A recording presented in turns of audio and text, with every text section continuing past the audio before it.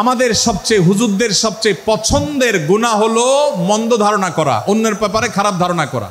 অমুক অমুকের দালাল, তমুক তমুকের দালাল, কোনো তথ্য উপাত্ত ভিত্তি প্রমাণ ছাড়া নিছক ধারণার উপর ভিত্তি করে অন্য মুসলমান ভাইকে আমি এরকম নানা তকমা দিয়ে আমরা কবিরা গুনাহে লিপ্ত হচ্ছি। আমরা এই বদ ধারণা করা, মন্দ ধারণা করা যে কবিরা গুনাহ অনেকে জানি না। অনেকে অনেকের পেছনে লাগছি, অনেকে অনেকের ওয়াজ শুনছি দোষ বাইর করার জন্য, স্ট্যাটাস পড়ছি ভুল বাইর করার জন্য। এই যে মানুষের পেছনে লাগা, এটা আল্লাহ তাআলা নিষেধ করেছেন, ওয়ালা তাজাসসু, তোমরা কেউ কারোর ছিদ্র অন্বেষণ করার, দোষ আবিষ্কার করার চেষ্টা করবে না। এবং ওয়ালা ইয়াগতাব বা'দুকুম বা'দা, কেউ কারোর গীবত শিকায়াত করবে না। এই আয়াতে আমাদেরকে কেউ কারোর পেছনে পরনিন্দা করতে নিষেধ করেছেন। ইসলাম বলে আমরা মানুষের সামনে মানুষের ভুলের কথাগুলো বলবো বিনয়ের সাথে, যাতে তিনি সংশোধিত হন, আর তার পেছনে প্রশংসা করব। আমরা করি উল্টা, আমরা মানুষের সামনে এসে মানুষের প্রশংসা করি আর তার পেছনে গিয়ে তার দুর্নাম করি। ইসলামকে যদি আমরা মানতাম সমাজটা সুন্দর হয়ে যেত। আমরা যদি সামনে কারোর দোষ বলতাম তাহলে তিনি সংশোধিত হতেন, আর পেছনে যদি গুণ বলতাম তাহলে তিনি ভালো সেখান থেকে শিক্ষা গ্রহণ করতেন। সূরা হুজরাতের 6 নম্বর শিক্ষা 13 নম্বর আয়াতে আল্লাহ তাআলা বলেছেন যে আমাদের সবার গোড়া কোত্থেকে এসেছে, আমাদের গর্বের কোনো বাহ্যিক কারণ নাই তাকওয়া ছাড়া। আল্লাহ বলেছেন, ইয়া আইয়ুহান নাস ইন্না খালাকনাকুম মিন যাকারিন ওয়া উনসা, হে মানুষ সকল, তোমাদেরকে আমি মানুষ, নারী এবং পুরুষ, আদম এবং হাওয়া থেকে সৃষ্টি করেছি। ওয়াজআলনাকুম শুউবান ওয়া ক্বাবাইলা লিতাআরাফু, বিভিন্ন গোত্রে তোমাদেরকে আমি বিভক্ত করেছি পরিচয়ের জানার জন্য শুধুমাত্র। আর আল্লাহ বলেছেন শেষে, ইন্নাল্লাহা আলিমুন খাবীর, তোমরা কি করো আল্লাহ জানে। অতএব আমাদের কারোর পর কারো কোনো শ্রেষ্ঠত্ব নেই তাকওয়া ছাড়া। আল্লাহ বলেছেন, ইন্না আকরামাকুম ইনদাল্লাহি আতকাকুম, আমাদের মধ্যে সবচেয়ে মর্যাদাবান হবে তিনি যার মধ্যে তাকওয়া সবচেয়ে বেশি হবে। আমাদের কোনো বংশগত গৌরব, কোনো অঞ্চলগত গৌরব, অন্য কোনো গৌরব আমাদের থাকবে না, শুধু তাকওয়ার গৌরব আমাদের থাকতে পারে। সেটাও গর্ব, নিষিদ্ধ গর্ব বা অহংকারের মতো নয়, বরং সেটা আমাদের বিনয়ের জায়গা। সর্বশেষ 7 নম্বর যে শিক্ষা সূরা হুজরাতের রয়েছে, সেটা 14 এবং 14 থেকে 18 নম্বর আয়াতে আল্লাহ তাআলা ঈমান এবং ইসলামের চিহ্ন উল্লেখ করেছেন। যে 6টা শিক্ষা উল্লেখ করা হয়েছে, এর আলোকে মুসলমানকে, মুনাফিককে সেটা নিরূপণ হবে। এই জন্য আল্লাহ তাআলা শেষে এটি উল্লেখ করেছেন। এই 7টি শিক্ষাকে ধারণ করে আমরা আমাদেরকে ভালো মুসলমান হিসাবে গড়ে তোলার চেষ্টা করব, আমাদের জীবনকে সাজাবার চেষ্টা করব। আল্লাহ তাআলা আমাদের সবাইকে তৌফিক দান করুন। আমি আবারও এক নজরে বলে শেষ করছি, সূরা হুজরাত কোরআনে কারীমের 26তম পারার একটি সূরা, 49 নম্বর সূরা, কোরআনের 18টি আয়াতের আছে। প্রথম থেকে 5 নম্বর আয়াত পর্যন্ত আল্লাহ রাসূলের সাথে আদব লেহাজ বজায় রাখা, শিষ্টাচার মেনটেন করা এবং সম্মানীয় ব্যক্তিদের সাথেও এখান থেকে আমরা শিক্ষা নিয়ে আদব লেহাজ বজায় রাখা, তাদের সামনে আগ বেড়ে কথা না বলা, আগ বেড়ে কাজ না করা, উচ্চকণ্ঠে কথা না বলায় শিক্ষা আল্লাহ দিয়েছেন। দ্বিতীয়ত, আমাদেরকে কোনো সংবাদ, বিশেষ করে অনির্ভরযোগ্য তথ্যের সংবাদ শুনে আমাদেরকে কারোর ব্যাপারে ধারণা করার আগে আল্লাহ তাআলা আমাদেরকে যাচাই করার শিক্ষা দিয়েছেন। আমরা যেন গুজবে, আমরা যেন ধারণাপ্রসূত কোনো তথ্যে আমরা যেন কান না দেই, সেই শিক্ষা আল্লাহ আমাদেরকে দিয়েছেন। এটি 6 থেকে 8 নম্বর আয়াতে, 9 থেকে 10 নম্বর আয়াতে আল্লাহ তাআলা মুসলমানদের 2 গ্রুপের মধ্যে গণ্ডগোল দেখা দিলে মীমাংসা করতে বলেছেন।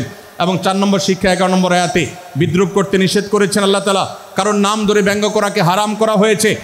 এবং 5 নম্বর শিক্ষা 12 নম্বর আয়াতে আল্লাহ তাআলা দিয়েছেন, কারোর প্রতি মন্দ ধারণা করা যাবে না, কারোর পেছনে লাগা যাবে না, এবং কারোর মন্দ নামে কাউকে ডাকা যাবে না, কারোর সমালোচনা তার পেছনে করা যাবে না, এগুলোকে হারাম করা হয়েছে।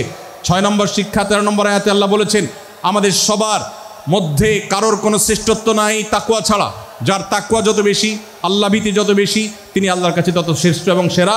7 নম্বর সর্বশেষ শিক্ষা হলো 14 থেকে 18 নম্বর আয়াতে আল্লাহ রাব্বুল আলামিন ঈমানদারদের আলামত, মুনাফিকদের আলামত উল্লেখ করেছেন। সেখান থেকে শিক্ষা নিয়ে আমরা আমাদের ঈমানকে পরখ করার চেষ্টা করব, আমাদের আমলকে পরখ করার চেষ্টা করব। আল্লাহ তাআলা আমাদেরকে সূরা হুজরাতের আলোকে আমাদের জীবনকে গঠন করার তৌফিক দান করুন, বলুন আমিন। আল্লাহ তাআলা আমাদের সবাইকে আজকের এই তাফসীর কোরআন মাহফিল থেকে সূরা হুজরাতের এই 7টি শিক্ষাকে ধারণ করে ভালো মুসলমান, যে মুসলমান সম্পর্কে নবীজি বলেছেন আল মুসলিম আখুল মুসলিম, মুসলমান মুসলমানের ভাই। যে হাদিসে নবীজি বলেছেন যে আল মুসলিমু মান সালিম আল মুসলিমুনা মিন লিসানি ওয়া ইয়াদি, মুসলমান সে যার হাত আর মুখ দ্বারা অন্য কোনো মুসলমান কষ্ট পায় না, নিরাপদে থাকে। আমরা আমাদের সমাজকে শান্তিপূর্ণ সুশৃঙ্খল রাখতে হলে আমাদেরকে মুসলমান হতে হবে, ভালো মানুষ হতে হবে। আমাদের হাত মুখ দ্বারা কেউ কষ্ট পাবে না, কারোর হক নষ্ট করব না, কারোর অধিকার নষ্ট করব না, কারোর কষ্টের কারণ হবে না, কাউকে আঘাত করব না, কাউকে গালি দিব না, কারোর কোনো প্রকার অধিকার খর্ব করব না, জুলুম করব না। আল্লাহ তাআলা আমাদের সবাইকে কোরআন এবং হাদিস যে মুসলিমের চিত্র অঙ্কন করেছে কোরআন এবং হাদিসে মুসলিমের যে রূপরেখা বর্ণনা করেছে, কোরআন এবং হাদিসে যে আদর্শ মুসলমানের চিত্র উপস্থাপন করেছে, আল্লাহ আমাকে, আপনাকে, আমাদের সবাইকে সেই মুসলমান হওয়ার তৌফিক দান করুন, বলুন আমিন। ভাইরা আমার, আমরা মুসলমানরা যদি কোরআন হাদিসের আলোকের সে আদর্শ মুসলমান হতে পারি, বিশ্বের মানচিত্র পরিবর্তন হতে সময় লাগবে না, বাংলাদেশের পরিস্থিতি পরিবর্তন হতে সময় লাগবে না।